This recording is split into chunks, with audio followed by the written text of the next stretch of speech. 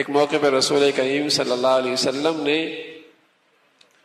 کہا میرے صحابہ میں تمہیں بتاؤں سب سے بہتر آدمی کون ہے، اور یہ بھی بتاؤں کہ سب سے بدترین آدمی کون ہے؟ کہ اللہ کے رسول ضرور بتائیں۔ فرمایا سب سے بہتر آدمی وہ ہے کہ لوگ اس کی طرف سے خیر کی امید رکھیں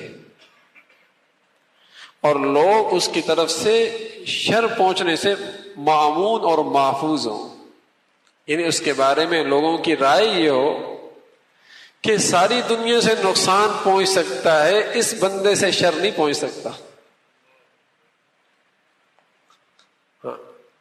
ساری دنیا کچھ بھی کر سکتی ہے لیکن یہ شخص ایسا ہے کہ اس کی طرف سے خیر ہی کی امید ہے۔ گھر میں، سوسائٹی میں یہ تأثر اس کے کردار سے، اس کے اخلاق سے عام ہو جائے کیونکہ لوگ آنکھیں بند کر کے کہیں ہاں یہ آدمی ہے، بس اس سے نقصان کی امید نہیں کی جا سکتی، اس سے تو خیر ہی کی امید کی جا سکتی ہے۔ فرمایا یہ سب سے بہتر آدمی ہے، اور فرمایا بدترین آدمی وہ ہے کہ لوگ اس سے خیر کی امید نہ رکھیں، ہر وقت اس کی طرف سے شر ہی کا خطرہ ہو۔ تو میرے دوستو یہ دو پیمانے ہیں، اپنے آپ کو کس پیمانے میں اپنی زندگی میں پا رہے ہیں خود اندازہ کر سکتے کہ لوگوں کا، معاشرے کا میرے بارے میں کیا تاثر ہے، میرے گھر والوں کا کیا تاثر ہے، میرے خاندان کا میرے بارے میں کیا تاثر ہے، میرے بہن بھائیوں کا میرے بارے میں کیا تاثر ہے۔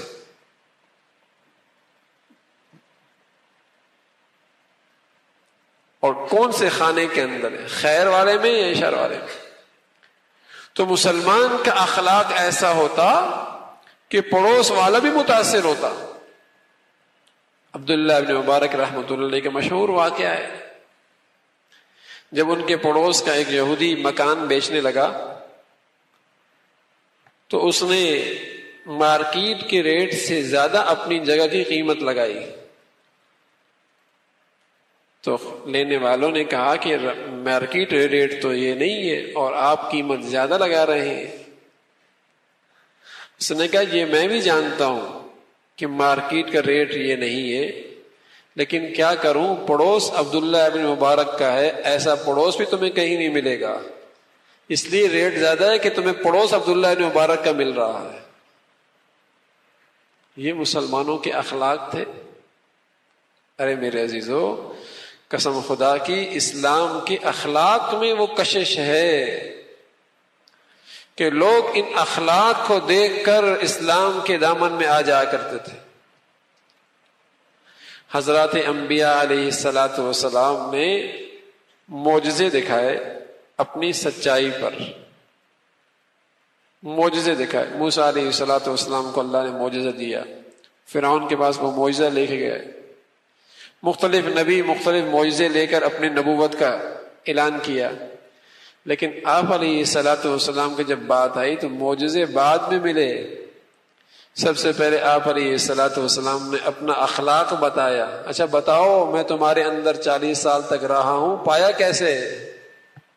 کہنے لگے جربناک مرارا ما وجدناک الا صادقا، بہت آزمایا، بہت پرکھا، بہت جانچا، مختلف کسوٹیوں میں آپ کو لے کے آئے، لیکن آپ کو تو سچا پایا، امانت دار پایا آپ کو تو۔